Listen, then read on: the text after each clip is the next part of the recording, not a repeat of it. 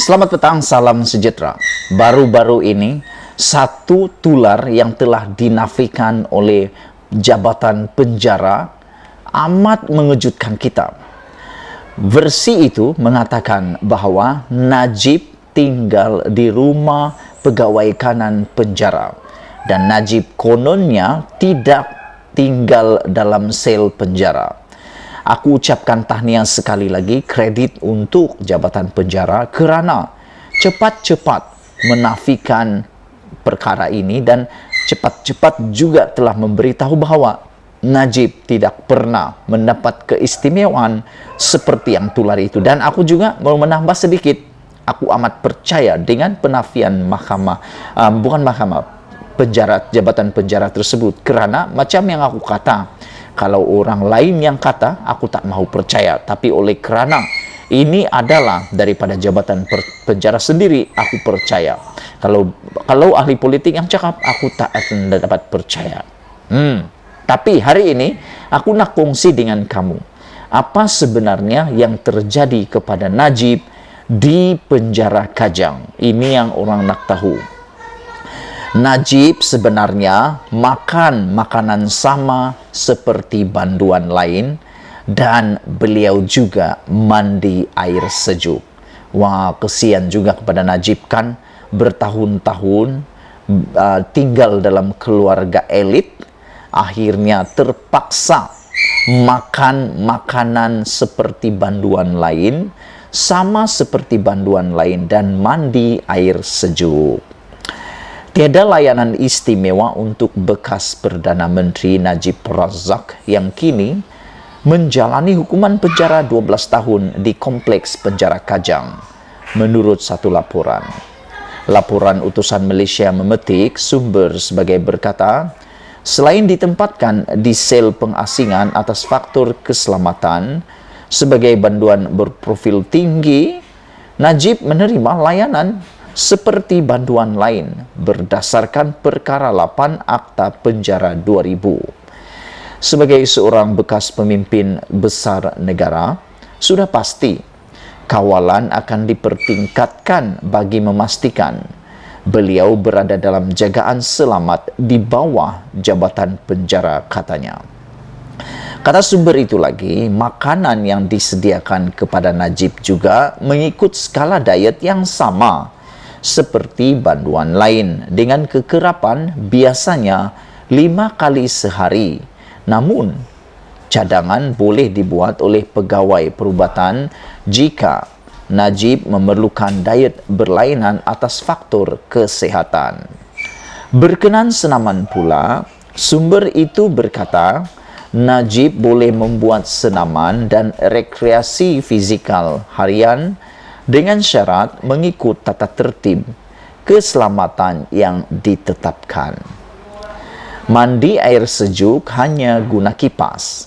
Sementara itu, laporan itu turut memetik seorang lagi sumber yang rapat dengan Najib yang berkata, dia hanya mandi air sejuk dan sel pengasingannya hanya menggunakan kipas. Beliau ada alahan kulit. Kemarin dia di penjara, kemarin di mahkamah, nampak bahagian leher Najib kemerah-merahan akibat alahan kulit selain badan susut sedikit. Dalam sel Najib, Swiss pun tiada. Najib ada alahan. Kalau tidur, boleh berhenti bernafas. Jadi, kena pakai satu mesin. Malah, mesin itu pun kena tarik wayar, kata sumber itu seperti dipetik. Katanya lagi, dia difahamkan Najib tidak diberi doktor khas dan bergantung kepada doktor yang ditugaskan kepada semua banduan. Dalam pada itu, sumber pertama berkata, boleh menggunakan buku dan bahan bertulis yang diterima atau diperoleh melalui pegawai penjara dengan syarat mendapat kelulusan pegawai yang bertanggung jawab terhadap Najib. Najib mula menjalani hukuman penjaranya pada 23 Ogos lalu Selepas Mahkamah Persekutuan menolak rayuan untuk mengenepikan sabitan dan hukuman terhadap kes rasuah SRC Internasional berjumlah Rm42 juta. Dia juga kini masih berdepan 3 lagi perbicaraan jenayah melibatkan 1MDB dan 1 perbicaraan berkenan SRC Internasional. Jika ditanya, adakah Najib akan dapat pengampunan daripada diraja dalam masa terdekat? Jawapannya ialah pengampunan untuk Najib hampir mustahil, kata bekas Peguam Negara.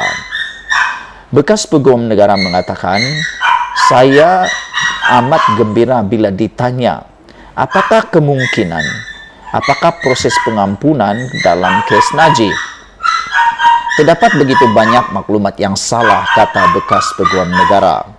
Pertama, Anda mesti ingat pengampunan di Malaysia dinyatakan dalam perkara 42 Perlembagaan Persekutuan dan adalah berbahaya untuk membandingkannya dengan negara lain kerana ia adalah mekanisme Malaysia yang unik. Terdapat lembaga pengampunan di semua negeri yang dipengerusikan oleh Raja-Raja Melayu. Kita hanya perlu fokus kepada wilayah persekutuan kerana mahkamah yang berkaitan adalah di Mahkamah Jalan Duta. Jadi lembaga pengampunan dipengerusikan oleh Yang di-Pertuan Agong dan Menteri Wilayah Persekutuan adalah ahlinya. Begitu juga dengan AJ dan 3 atau 4 anggota masyarakat.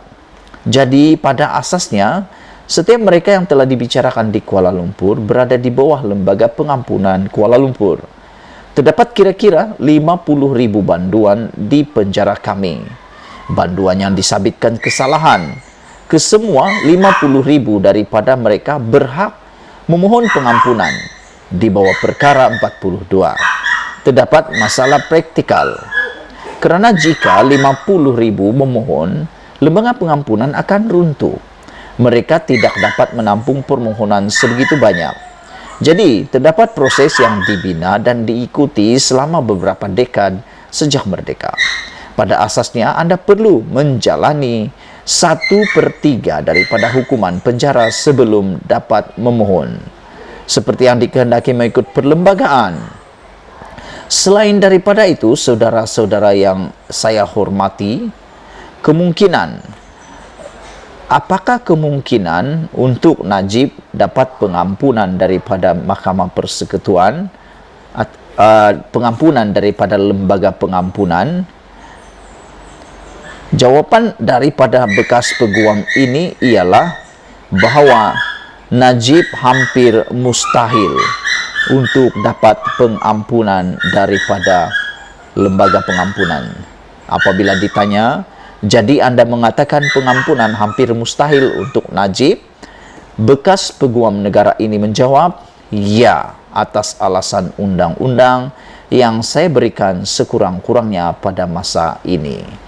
Sekian dulu untuk kali ini. Jangan lupa tinggalkan komen Anda. Kesian pada Najib kerana Najib terpaksa meringkuk di penjara dengan keadaan makanan Najib sama seperti banduan lain, mandi air sejuk. Kita jumpa lagi. Bye-bye.